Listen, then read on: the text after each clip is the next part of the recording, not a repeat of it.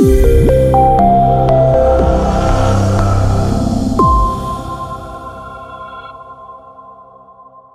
is around data sharing and the value exchange with consumers. And Russell Marsh, who's the Chief Data Officer for IPG, will lead this session. Thanks.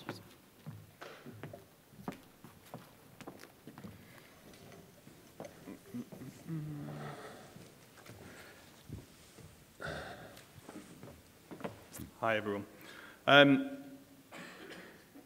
Everyone's tired of being bombarded with irrelevant messages in terms of marketing messages. Even my 7-year-old, when he's playing on his iPad, dodges marketing messages as they're coming into him. He does the same on YouTube, and he's doing that at the same time as he's watching TV and dodging the ads on TV as well. As more advertising gets more sophisticated and marketers want more and more of our information, we're starting to give away our email address. They want our date of birth. They want to know what we're watching on TV. They want to know what we're talking about on Twitter. They want to know what we're talking about on Facebook. And now they're after our information in terms of our GPS location, so they know physically where we are when we're doing all these different things. Consumers are getting increasingly concerned around the amount of data that businesses, marketers hold on them and what's actually taking place with that. And more users are starting to use ad blocking technology to actually try and hide themselves. So I think it was one of the partners up here, Global Web Index, I think it was, who put out in an article recently that said something like 380 million users are using VPNs to block their identity online, which makes them effectively invisible. Something like 70% of, there's been a 70% growth in terms of ad blocking technology starting to be used. And as we've seen from in the past, these types of behaviors, once they kick in within a generation, tend to stick. So my question to these two fine people here is, so why should I share my data with companies, and what's the value exchange that's taking place here? So I'd like to invite up to speak Natasha Hritzuk, who's Senior Director in Insights at Microsoft Advertising in the US, and then Richard Benjamin's Head of Big Data at Telefonica Spain. So over to you. Looks like I'm on first, okay. Yeah. So I'm going to use the handheld, okay. I've got a loud voice anyway, so glad you can all hear me. So today I'm very ambitiously going to take 2 global studies, mash them up, and present them back to you in 7 minutes. But you know how it goes with consumer insights research. I guess I need a clicker as well. You always see interesting patterns and trends emerge. And so what I'm going to talk to you about today is some of the trends that we've seen emerging around the relationship between consumers and the data that they're sharing. So the perceptions and attitudes around sharing their data with companies and marketing organizations. So what we see is that there's actually a 4-step evolution in the way that consumers are thinking about their data.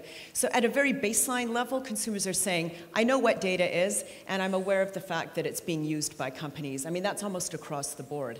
At the next level up, consumers are also saying, well, I know my data is being used, but I'm actually seeing personal utility from data. So I also am a consumer of data. I pull it into my life, and it helps me live my life in a more efficient way. And I'm going to go through these in a little bit more detail. Third level up, I also recognize that companies are collecting my data, and increasingly I'm starting to realize that I should get something back in return for the data that I'm sharing. And then at the highest level is what we call permission data sharing. So I share my data, I get value back. I share more data, I get more value back. And it becomes almost an economy of data sharing, what we call kind of it's a perfect reciprocity loop. Okie dokie. So the very first trend, the very first sort of baseline level relationship that we observe between consumers and data is what a year ago was what we were calling the right to my anonymity. So this is what Russell was referring to. I want to be able to turn my data on and off kind of at will. But what's really interesting is over the past 12 months, it's become much more nuanced. It's not so much about consumers wanting to wipe their identity off of the digital landscape, but they want to be able to control the data that's seen. So, you know, when you think about your own digital footprint, some of that data is going to be very reflective of who you are, very relevant to who you are today, and some of it's not. And what consumers very sensibly are saying is, I don't want the data out there that doesn't reflect who I am, my demographics, my lifestyle, the fact that, I'm no longer, a single person living in New York, but I'm married, I've got a child, I'm at a different stage in my career, the things that I'm interested in buying are different. I want to be able to control my data so that that's the data footprint that I'm leaving out there. So I'm going to just gloss through these measures very quickly, but what we find, we're looking at both global and emerging markets, and what we find is that, basically this trend is fairly well established across both global and emerging markets. The majority of consumers, are aware that I want to be able to have the ability to control the data that's out there. So the second trend then is related to the way that I'm personally collecting data to live my life more efficiently. So what we observed again was a slight shift. Whereas a year ago it was about, I want to see how many steps I walked, how many calories I ingested. I want to be able to track my, 401k, what are mortgage rates. So it was all about these single streams of data that I was pulling in.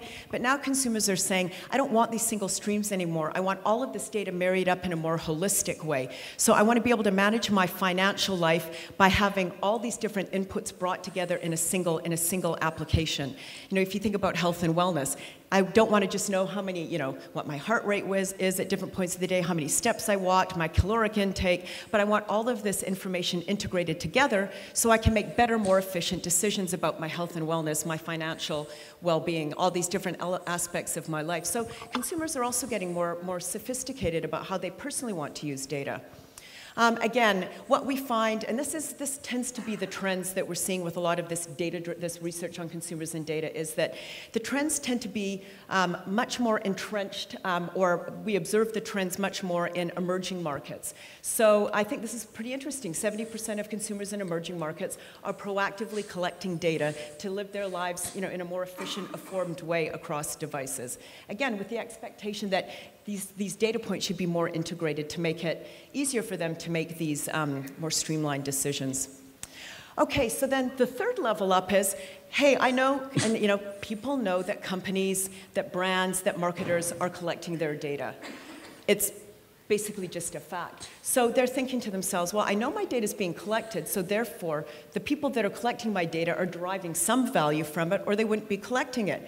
If they're getting value from my data, then what am I getting back in return? So this is what we're referring to as the value exchange. I'll share my data, but I want some sort of explicit benefit back. And those benefits come in the way of, personalization is kind of the umbrella expectation. But if you're going to deliver a coupon to me, I don't want a coupon. If you're collecting my data, don't give me a coupon for a product that I'm not interested in. I don't want to hear about a new product or get a recommendation for something that doesn't reflect what I actually care about and doesn't reflect my preferences. Instead, turn that data around and give me something of tangible value back. So, I love British Airways, despite not being British, but, when I walk into the lounge, every time I walk in the lounge, it's like the very first time I've ever set foot in there. What if I gave them permission to track my behavior in the lounge, and when I showed up, they knew what kind of wine I wanted. They knew that they would know that I want, a vegetarian meal, let's say, at a precise point in time. And my in-lounge experience becomes actually quite rewarding. So I think, well, it was worth giving them my data because what I'm getting back is very personalized service that makes me feel valued as a consumer. Having been the time check person, Michelle, I'm very cognizant of my 2 minutes here. So what we're seeing actually in both global and emerging markets is that consumers are aware that their data is being used in a way that values companies and marketers, and we've talked a lot about this over the past 2 days. We're getting a ton of value from consumers' data, but what consumers are saying is, I don't know how to communicate my expectations around the reciprocity. So, I think actually what this flags up from a Microsoft perspective, what we're thinking a lot about is, why can't we be much more explicit about how we're using our consumers' data, but then also get very explicit about what we're giving back to them? I mean, this is just sort of a basic, cycle of communication, or give consumers a choice. These are the sorts of, these are the bits of data that we're using, but because of it, you're getting free email, or you're getting, much more personalized marketing, or you're getting offers on things that you actually want to buy. So what consumers are looking for is communication back from the brands and companies around the value that, that's being driven back to them. So, we did, this is kind of the second study that I was referring to. So you can see the numbers are actually pretty big. People are willing to share information about site visits, gender, preferences, activities, information on things they own, if they get back more personalized services or offerings. So when that benefit is made very tangible and clear to them. So then what happens when this all comes together in a happy way is the highest level of this kind of evolution between consumers and their relationship with data, and it's what we call intelligently on. So it's a world where the digital and the physical spaces become much more seamless. And if you think about the average consumer, you think about yourself. You're not spending your whole day saying, here I am in the physical world, I'm talking to a human. Oh, now I'm in my digital space because I'm on my mobile. Oh, I'm doing some research back in my digital space. Oh, but now I'm in the physical space of the store. We're just trying to live our lives. We're trying to make smart decisions. We're trying to get stuff done.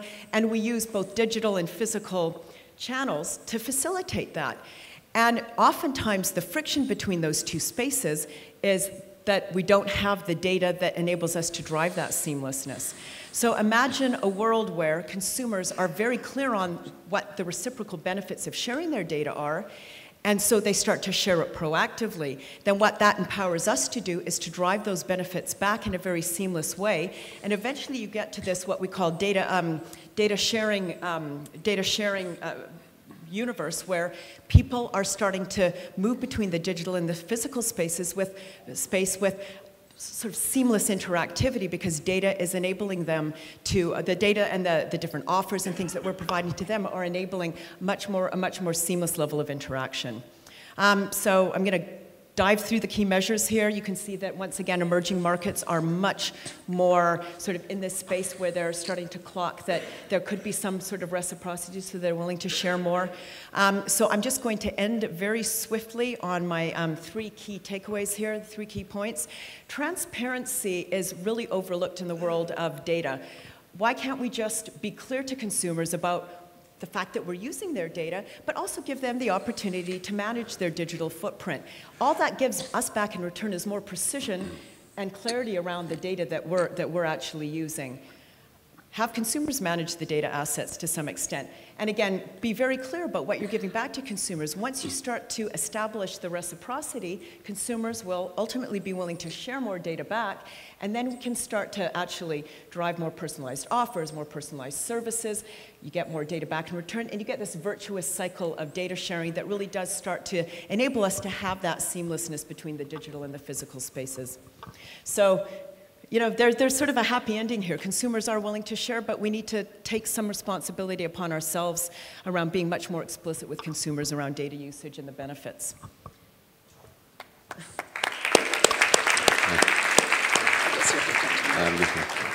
Thanks very much. Over to Richard. Okay, thank you very much for the opportunity to share with you our experiences. I'm going to talk about not the consumer perspective, but the perspective from a large company that has a lot of data, especially customer data, and the challenges they are facing if they want to monetize this data, either internally to optimize their business or even externally, like advertising, what we're seeing here, marketing, or even beyond that, which I explain. Yeah? It's about making this ecosystem sustainable. If you are, so I'm from a large telco, we're a worldwide company. If you are a company that sits on a lot of data and you want to make business out of the data, it's not easy. Yeah? So basically what we feel is we like balancing on a court what we can do, what we cannot do. On the one hand, you have this huge business opportunity that has been repeated in this conference many, many times. Yeah? So there is the Amazon, the Netflix example. They are masters of exploiting their data internally to optimize their own businesses. Yeah?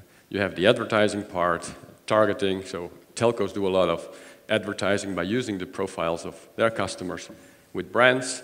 And you can even go further. For instance, we have a lot of mobile data that has location. We can get gender or demographics information. We can all anonymize it, aggregate it, and then we can plot it on maps. So we can tell retailers what kind of customers are in what kind of parts of a country, at what time of the day, what week of the day. We can help transport companies to optimize their businesses there, because we see large movements of crowds of people. Yeah? So it's all huge opportunities. However, oh, sorry, I assume you accept all this, this agreement, yeah?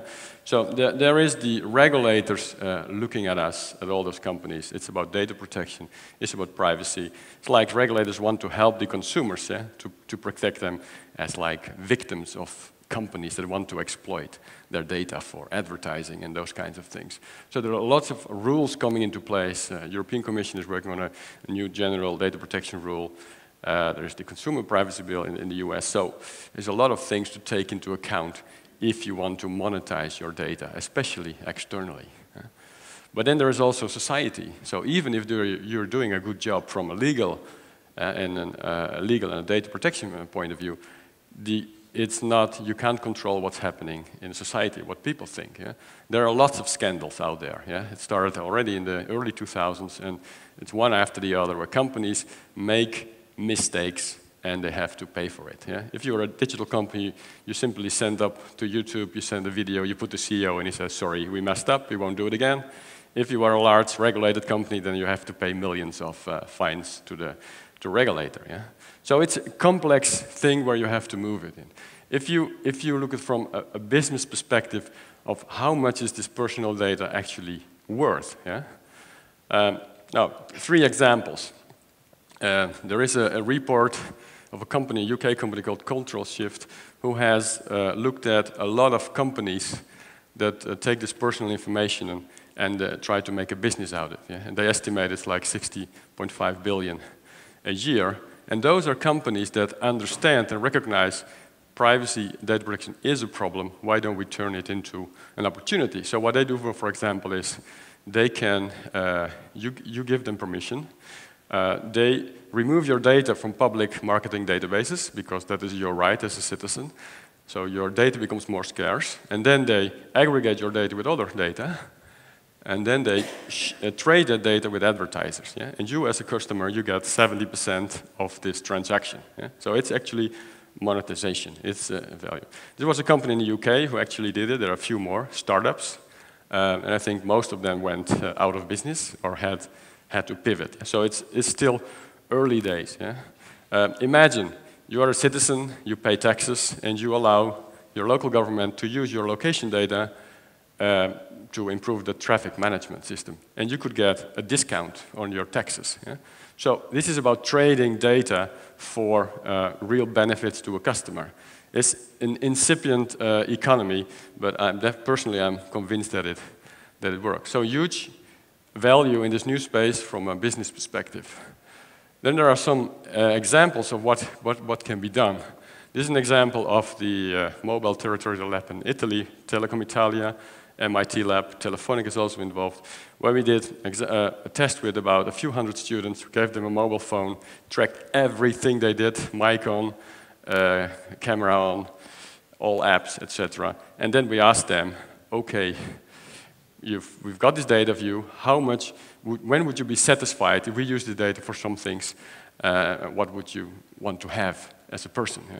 And the value was between 1 and 3 euros a month, which is basically not a lot of money from a perspective, from a personal perspective. Yeah? Orange did a study, and they came up with that consumers value it at like £200 a year. So that is a bit more, but it's neither a huge amount. And recently, AT&T in the United States, in Kansas City, did an experiment or a pilot where they actually made a very bold statement, and they said, okay, this is what you pay normally with us. Now, if you allow tracking us, so tracking your navigation behavior on internet for advertising, etc., then you pay the same amount. If you don't allow us, you have to pay almost $30 a month more. Yeah? Bold statement about the value of personal data. And of course, this is a few thousand customers, one specific product in one city in the United States. So it's trying out. But I think it's the first big statement about how much personal data could value, because maybe it doesn't work at all. Yeah? So it's an uncertain space. Yeah? So how can we get sustainability in this ecosystem? And we think that what you have to do is put the customer in the value chain. Yeah? It's not about just free things on the internet, and then there is advertising, and that's the value exchange. No, it's about putting the customer explicitly in the loop and getting them involved in the whole process and getting them also value for it. I think it's a bit similar to the user insights. So where I think we are today is that people largely are unaware of what's going on. Yeah? So they put their head in the sand, think, might happen something, but actually I don't know. 95% of the people. 5% are very, very aware. Yeah? And what we are going to is this trade-off between, hey, I'm using a service, maybe for free, I give my data, and there is a value exchange. Gmail is an example. Yeah? All of those digital services is about that. But we think it's not enough, yeah? Because a value exchange is something I prefer not, but hey, I want the service, so I do it. What you should go to is to a trusted relation where companies actually say, oh, it happens to everybody, where companies actually say, or customers say, okay, here is my data, I trust you, and do whatever you think you should do with the data to improve my life. Yeah? Then you have a real data ecosystem, you have the customer in the loop, you have all the consent and the opt-ins you need, so there is no issue of data protection. Again. So there are few elements that are relevant here. It's about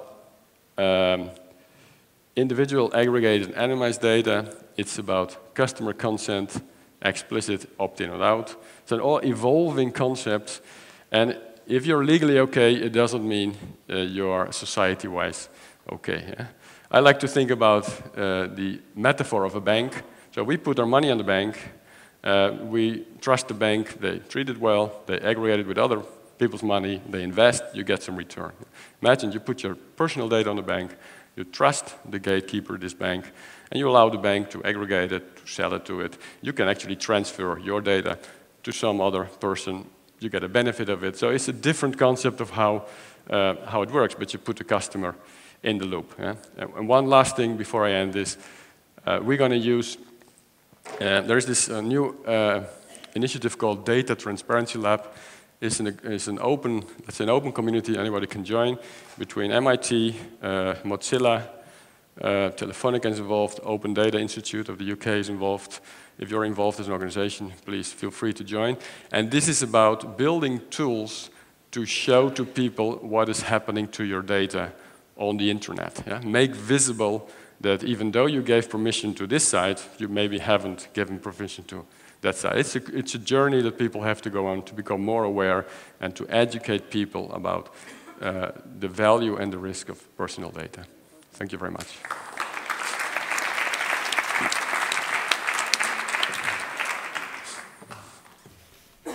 That's great. Thanks very much, guys. Natasha, you raised some really interesting points around emerging markets and people are collecting their own data. And you talked a little bit about bringing it together, ultimately, to be able to trade. So, and you also talked about British Airways and not really knowing you. Why do you think that happens? Why do you think that we know companies are collecting all this data on us, and yet we still get bombarded with junk and irrelevance? Why aren't companies doing more with the data that they actually have?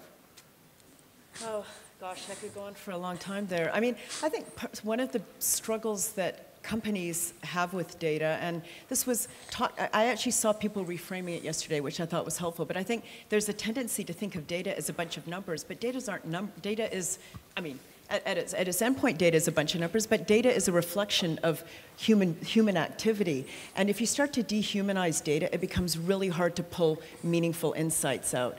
Then it's just like swimming in a sea of numbers. And I think I would sort of see two links. One, humanizing data again and pulling genuine insights out, not just snippets and facts, but integrated insights. And I think the other missing loop, and it's something we're looking at very hard at Microsoft, is also bringing primary research in to supplement the first-party data, because otherwise you've got a lot of great, rich behavioral information, but you don't understand motivations, values, needs, and that's often what helps to provide more precision around content and to drive more of that personalization, because you can make mistakes when you're just observing behavior. You know, I may be buying a lot of baby toys because I've got a lot of friends who are having babies, but it doesn't mean that I want coupons and offers for baby toys because my kid's 5, you know. So you can see that without pulling in the primary data, you can make mistakes, and I think that's where the recommendations and the offers and the coupons can sometimes go wrong. Yeah, and Richard, from your standpoint, yeah. So from our perspective, I think why there is a lot of spam, because a lot of current marketers still think quantity is important. So rather than targeting 1,000 people very segmented, that doesn't give me my scale I need. I just target a few million. Yeah? That's one thing that allows leads to spamming. Yeah, and I forgot the other thing. And both of you are in data. Can you talk a little bit? Both of you have your arms absolutely up to date in data, day to day. Can you talk a little bit about why that's difficult? So you raised some points just then about the fact that there's lots of data and they're using it well. Why aren't they? What makes it complex? You talked about granular segmentation. What's the problem with that? The technology's there. Why aren't they using it? Well, it's one thing, as I said, is scale. Yeah? So if we have mass marketing, then you need to, I mean, in order to get your sales target, you need to target a lot of people. And even though the uptake is very low, because you reach out to many people, the result is still okay. Yeah? So that's one of the problems. So if you, and then a lot of traditional companies are not set up to do a lot of small campaigns. Yeah? They're much better at doing a few big campaigns. Yeah. And that is basically below the line, yeah? I mean, I think the issue that we face and a lot of our customers face is data integration. I mean, you know, they'll come to us and sort of say, yeah, we're interested in your data, but we don't just want the tap turned on because we've got 5 or 6 different discrete data sources, not to mention syndicated data. And then what about your ethnography data? You know, there's so much data. And so I think there's an issue around data integration and pulling together the right data sources so that you can drive more of that 360 people understanding out of the data. And I also think, you know, it goes back to kind of some of the old disciplines around human psychology. We get so caught up in the numbers that I think we also need to pull in some of the, you know, traditional consumer insights methodologies and approaches to go beyond just sort of saying, you know, 8 people, you know, we see that people are using 8 devices and 50% of them are on these devices for 8.6 minutes, but to take it that one step deeper to understand why are they doing it, what mindset are they in, what are they trying to accomplish, so that you get a genuine 360 view. And I think that's where the insights sit, because otherwise you do tell the partial story. So data integration, but then also driving more of a holistic consumer view from the data. And you both, sorry, go Richard. Yeah, one more thing. I think often what we do is we compare the past with what we can do with data, and there is a big uplift. Yeah? So there is a kind of, okay, it's good enough. Yeah? So if you look at Amazon, it's one of the masters in doing this. Still, you receive a lot of offers that have no relevance for the example you said. But hey, it's still a 30% uplift. So actually, why should I care more? So going the next step that you want to give a service to people, they don't. So everything is relevant. That will come probably, but currently we're already good enough. So there's not a big incentive to target better. Yeah. And you both also talked about consumers owning their own data, and you talked about trust. That's a hard thing to move forward. It'd be great for me to own my own data and then be able to effectively trade it out in some sort of model. But what are the barriers that are in the way to make that happen? The barriers are precisely what we've just raised. I mean, you know, the media doesn't help. Consumers bounce back from that, but I think what consumers get really irritated about, so so the 2 studies that we did, the second study was this big conjoint analysis of, you know, data sharing and reciprocity and the value exchange. And we did the study with 7,000 consumers across China, France, and the US.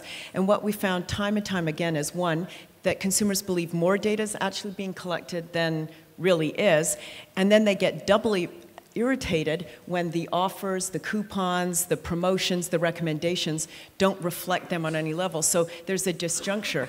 I'm giving you all this data and you're effectively delivering me crap. So that erodes trust because you're actually seeing the opposite of reciprocity. In a mild way, you're seeing the misuse of your data. And I think once we start to get more precise around how we analyze data and we start to drive back a very clear value exchange in the way that Richard also reiterated, then when you start to see the benefits, you'll share more, which is more around that intelligently on space. And that's what builds the trust. When you start to see clear benefits, you trust that they're using your data in an appropriate, beneficial way, so you'll give more. Yeah. Yeah, so why doesn't it happen, this people valuing their own data? I think it's too early. It's a journey. Not only, it's also education. So I think it will happen over time with new generations coming.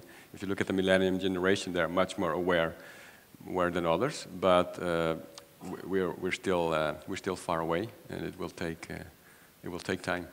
And this whole notion of monetizing, there's been, we picked up some of the stuff that you did as well, Richard, and it was pretty interesting that there are companies that have data vaults where you can actually, store your data and extract it, pull it out and give it to, if you like, CPG brand A, you'll, withdraw X amount of your data and hand it to them. I mean, conceptually, it's interesting stuff. It's a little bit ahead of its time. We may get there, but we find that actually the whole notion of monetizing data is so far upstream, and right now people just want more personalization. Like, that's just a basic expectation that we don't always deliver on. We did a few experiments with thousands of our customers, and we gave them access to their personal data, so they could and there was in the UK, yeah, to their My02, and they could there was a tab they could say, okay, where have I been the last week, just to make them more aware of what's going on. Where have I been the last 10 weeks, and what were the last 10 pages I visited? And what we saw is that in general, people have no idea what kind of information you have as a company, and secondly. If the people who were in the experiment, when it was over, they were more ready to share data because they had a better understanding of what it was for. Before they had no idea. And then what we also find out that there's also with consumer research that actually people don't care about transparency and controlling their own data. They have no time for that. They only want great services. Yeah? Just the results. They want great services. So if you can give them great services, and as a side effect they understand about personal data, and you bring them on a journey about turning this personal data they have into value, either through a personal data vault or whatever, I think that's the way to go. Yeah? Yeah. But we are still in the early days. And frankly, we can make the turning on and off of data far more simple. I mean, has anybody lately read the T's and C's when you opt into it? I mean, I'm in this business. I can't even be bothered. I mean, it's like the equivalent of 4 pages of text. If we were to actually make the opt-in clauses and proactively provide different options for sharing, consumers would be willing to take the time. But right now, I mean, who wants to read through all that stuff? And that actually chips away at trust, because you're thinking buried in there is a lot of stuff that's inherently, because I can't understand it, it's not going to be to my benefit, because it's being cloaked in all this language that's incomprehensible. That's great. Thank you very much. Our time's up. Thank you.